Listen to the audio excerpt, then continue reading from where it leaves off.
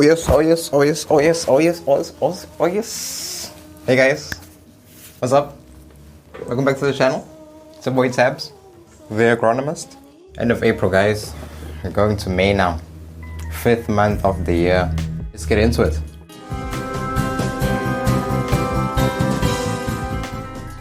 Welcome back to the channel. If you are new to this channel, hello. If you are coming back, thank you for coming back. Welcome back. This is the channel where we talk about all things crop farming, crop production, how we do it professionally, how we make sure it's profitable at the end of the day, and sustainable. It needs to be alive for future generations to come. So that's what this whole channel is about. It's been a while, guys. If I could tell you what I've been doing, but all in due time. All in due time. So in today's episode, we'll be looking at agrochemical application. When do you apply chemicals on your farm? Do you do it at any time? Is there special occasions? What type of chemicals are there? We'll be getting into those nitty-gritties in today's episode. I'll try and keep it short for you guys because I do realize that this is pretty much a new topic for a lot of you guys. So I'll walk you through it, but I'll be quick. Before I go too far, guys, please remember to like, subscribe, and comment, of course. Do ring the bell notification as well to get up to date with when I do release videos. It's supposed to be every 2 weeks, but life can happen as it has this past 3 weeks. So yeah, guys, I've also got an ebook out, Nazoke, Basic Guide to Growing Crops. It has A to Z on what you need to know, from planning to compliance, harvesting, post-harvesting, and everything in between to help you in your production. I've also got something that I've been working on this year as well, which are your spreadsheets. Especially for farmers who are looking to go from more practical being on the farm into the office and writing down and having your gross profit margin, your income expense sheets. So I've got that in a condensed form for growers who want to know exactly what the prices will be for whatever produce they want to grow. So it helps you to budget as well as to know roughly what you stand to make. So it's a good tool for growers who want to get started but are just too fearful of the many pitfalls that are there in farming. Final word on the spreadsheets. Currently it's only for lettuce, but I'll be adding more crops to it. And then I'm also looking to add a livestock component to it. So it's pretty good. I was hearing as well, trialing it with one of my farmers, that it's pretty good for your cattle and your poultry. So I'll just do minor tweaks, and then I'll also be adding that. I'll put the link in the description regarding where you can get these spreadsheets. But it's the same in-store where my book is. Cool. Okay, we're at the stage now of agrochemical application. At this stage, what we need to do is make sure that we have some sort of strategy. We do not want to give too much chemical to the crop. These are basics now. We do not want to give too much chemical to the crop, so we make sure that there are reasons, or there are the specific strategy that we use to ensure that we only give chemical when it's absolutely needed. So this strategy that is largely used all over the world is called integrated pest management, or integrated pest and disease management. So this is a system whereby we ensure that we are preventing, monitoring, and taking action on any pests or disease that can start to creep into our fields. So what do I mean, by saying these things? So let's say we've got our small yana plot there of tomatoes. We've planted it, we've been giving it fertilizer. 1 month after planting, start to notice, maybe just after emergence, a couple of weeks, a week or two, we start to notice that, hey man, there's a couple of plants that are being cut or that are being eaten. Then we realize, okay, there's a worm that's eating our crop there. Prior to us going to run to the agricultural store and giving some sort of chemical for that worm, we first need to ensure that that area is not conducive for the presence of those worms. What do I mean by that? If our small nyana plot is surrounded by felt, in isiZulu say iskota, noma isiganga. If you are there planting in the middle of nowhere and there's felt all around, and you're hoping that whatever lovely produce you're going to create, you're going to be able to sell to the market, you might have another thing coming, because that lovely crop is not only lovely to you, it's lovely to the diseases and the pests as well. So you might find that, okay, there's pests here, you give it whatever remedy you give it, you leave, the remedy wears off, or rain comes, washes it off, and then the insects, maybe they've been running away for a while, but they come back because they were running away to the felts that's right here. So in that situation, culturally, your spot or your plot would not be in a good space. So you would need to, when we say culturally, we mean your practices, the practices that you do on the farm, your management techniques. They need to be in a way that they prevent the buildup of insects around the farm. If you have an issue of a certain disease, let's say powdery mildew, I'll make sure to put a picture. You have an issue of powdery mildew, you make sure that the area is not conducive for the formation of powdery mildew. You make sure that your practices, you are not irrigating late in the afternoon, so that when nighttime comes and the temperatures drop, there aren't any wet spots on your leaf surface, which would promote fungal spores from attaching onto your leaf and penetrating the leaf and all that, and then you'd get powdery mildew. So you prevent those things by making sure that your practices go in line. Well, let's say, okay, you've done all of that, you've done your best, and then the pest still shows up.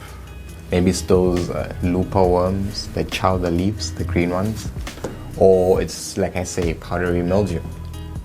You've done your best. It's already there. We look at biological or physical interventions before we get to chemical. So what are those? In the sense of your semi-loopers or whatever pest that might be there, you could be looking at a situation where you physically remove the pest, depending on how large your plot is, of course. If you've got a hectare, physically removing pests might not be feasible, especially if your hectare is surrounded by felt or open areas. So when it starts to become more uneconomical, when it starts to not make financial sense, that's when you move towards chemical. So you've you've tried removing the pest, it doesn't work, or there's too much pest. Then you can look at introducing maybe biological predators that would feed on the pest that's feeding on your crop. Pros and cons to this. Pros being that it's an organic way of controlling the pest, it's a natural way, it's sustainable as well. The con or the disadvantage would be that it's quite costly, because you need to make sure that these predators, these live organisms, are of high quality. They're made by reputable companies. When it arrives to you, it's still in a condition that it's fresh, and the spores or the actual live organisms are still alive. Bearing in mind that it probably was made overseas and it was delivered in a few days' time, so it's costly in that sense. But it's where the future of agriculture, at least crop farming, seems to be going. For your powdery mildew, physical interventions could be the removal of the infected leaf parts. That's simple enough. You see white, you remove. But obviously the negative side of that is if you remove too much leaves, you disturb the growth and development of the plant, because now it doesn't have as many areas on the leaf surface where it can take sunlight and convert it into chemical energy. So you decrease in the solar panels, and it doesn't have the same energy that it would have if it had those solar panels or leaves that you're removing. So double-edged sword. As a farmer, you weigh options.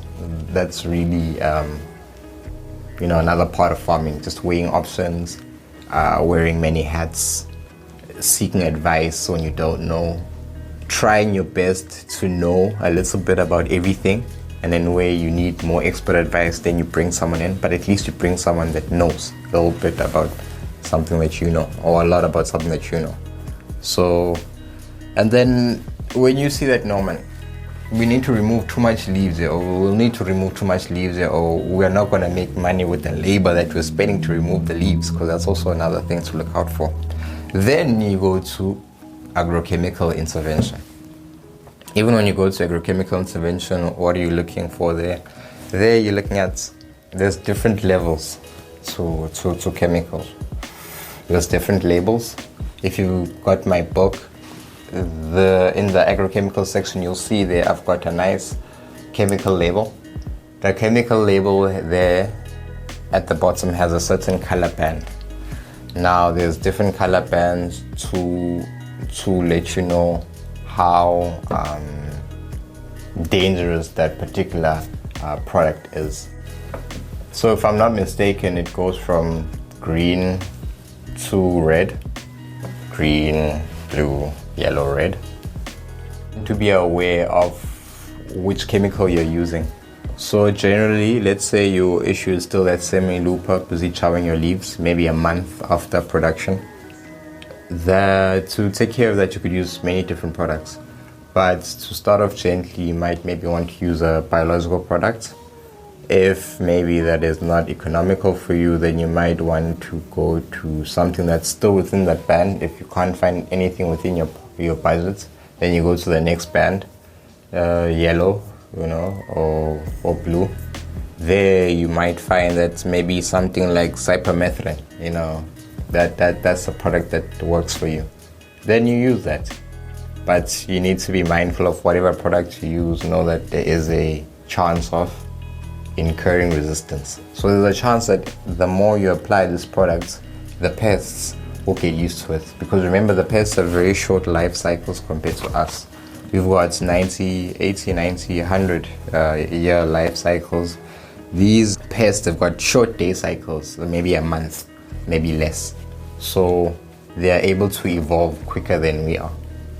In that sense, they're able to get used to the products that we use more quicker. So as a farmer, you need to have different classes of products that attend to a certain problem. So you've got this one product to deal with the semi-loopers. Now, you need to make sure that the class of the product which is on the label is a different class from whatever other product you want to get.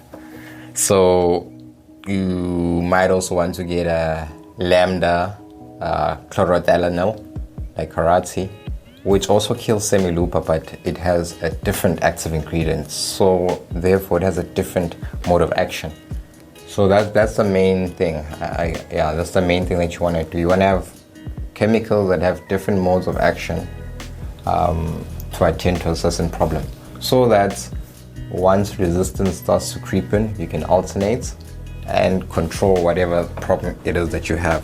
So that's really the gist of the strategy that is integrated pest and disease management, so IPM. That's if you hear it around, know what it is, and know the benefits of it. Is obviously that as a grower, you're able to use agrochemical products for a longer term. You're able to be more sustainable on the farm. You're able to be more in tune with nature, be more mindful of nature.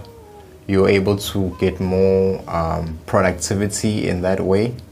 your labor costs end up going down. So there's larger, big picture benefits from going the route of integrated pest management. Now, there are those farmers who don't go that route, and I mean, they've got their reasons. But for the most part, in light of climate change and with the need for sustainable agriculture, integrated pest management is really the way to go. And there's also this talk of regenerative agriculture, you know.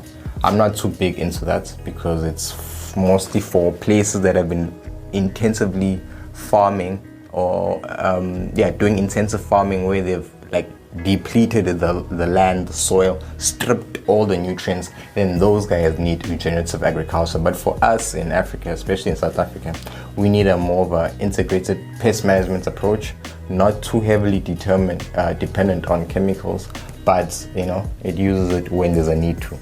And that's how life is. You strive for balance. That's why I'm not really for organic and not really for intensive. I'm for this integrated way of doing things. Yeah, I'm coming to the end, guys. I know I talk too much, but it's fine. We're learning. So what are some of the tools that you'll need? The most basic and important things you'll need when you're applying agrochemicals is your PPE, famous PPE, your personal protective equipment. So with PPE, you're looking at cotton hat, you're looking at, depending on the type of work you're doing with the chemical, you're looking at maybe a ventilator or a face shield or a face mask or goggles. You're looking at cotton top, long sleeve. You're looking at cotton pants, longs. You're looking at rubber boots, rubber gloves, obviously chemical grade. You're looking at an apron as well when it comes to decanting. Those are the most important things that you should have. Yeah, like a must. The workers should have this if they are working with chemicals. So when you're wearing PPE, you're looking at during the action of decanting. Decanting is basically when you buy the 20 liter from the store. You will not be taking, the chances are very slim that you'll be taking the 20 liter into the field because it's quite cumbersome. So what some farmers choose to do is they choose to have another smaller container, maybe 5 liter, maybe 1 liter, whereby they can take this 20 liter, deposit it into the 5 liter or the 1 liter. It makes it more manageable on the farm. So when you're doing that practice of taking from the 20 liter into another container and then into 5 liter or 1 liter, you need to obviously be protected because there is the gurgling effect when you're pouring and, you know, can splash back. So those are critical times when one is mixing the products along with other products in a mixing tank. Very important that you have the PPE. When you're spraying or applying, obviously important you're wearing. And while you're cleaning and triple rinsing your knapsack, you're still wearing your PPE until you have left anything that is chemical, and you go and you clean yourself and your PPE and you wash it. So that's basically the gist of PPE. So your knapsack, I will do a video on the different parts because it has components, and sometimes as a farmer you might find that you're using this thing and then it breaks down and you don't know what to do. You get to the shop and now you gotta take a day out of your schedule, it just becomes a headache.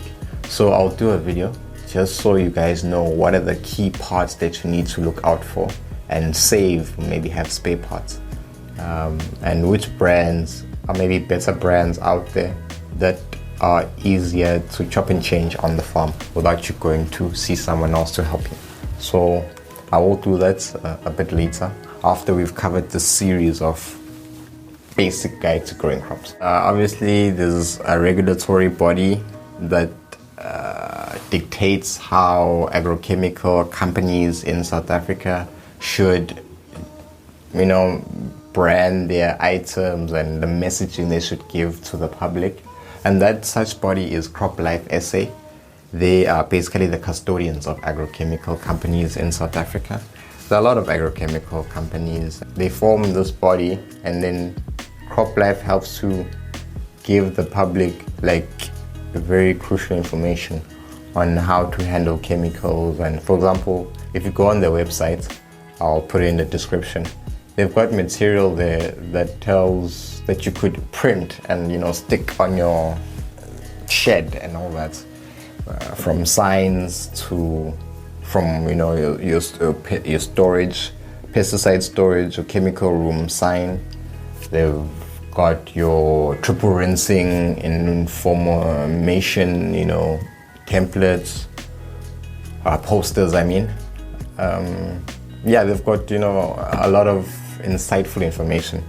This stuff for an integrated pest management, they've got more detail on that. So if you're interested, just check out the link that I'll put down in the description. So yeah, guys, that in a nutshell is agrochemical application.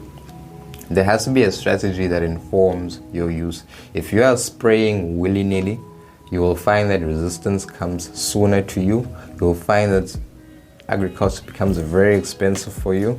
All of a sudden now you're using the red label chemicals, and when you're using red label chemicals, guys, there's no rainbow color after that.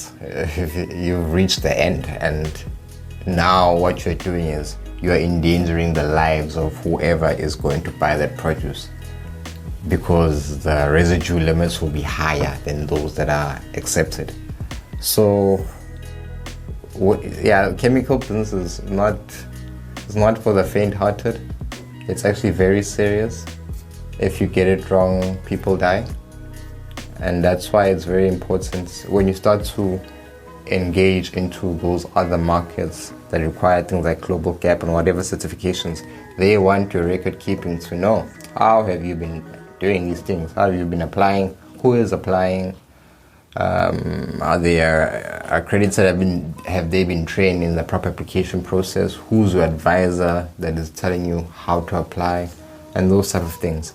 One thing that I didn't touch on in our war right now is the importance of the label, the chemical label. The chemical label, basically between you and the company that makes the product, is the contract that binds the company to you, or to them fulfilling what they say in the contract, which is this product can attend to this problem on this crop. Finishing glass. That's the gist of it. So if you don't follow that label to the T, and if something bad happens, of which it can happen because we're humans and errors do happen, bad batches can come out.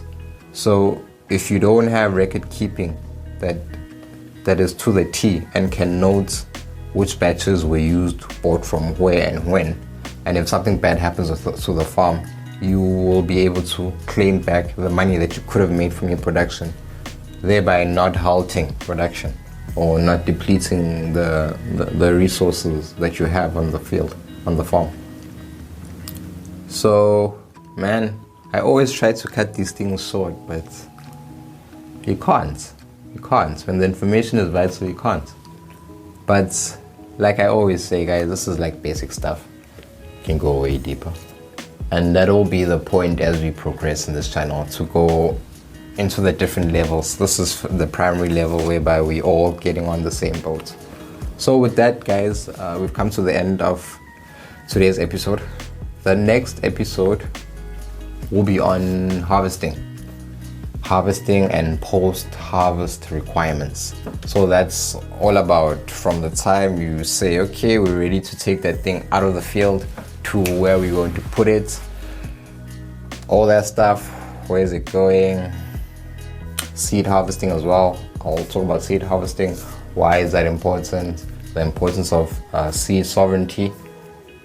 Yeah, there's been a lot of talk in 2023 about the importance of seed sovereignty. So a very important episode, guys. Thank you for being with me and bearing with me. But yeah, we are the ones we've been waiting for. We'll get to where we need to be. Let's stay together, keep pushing, and let's work hard to feed the nation. Bye, guys.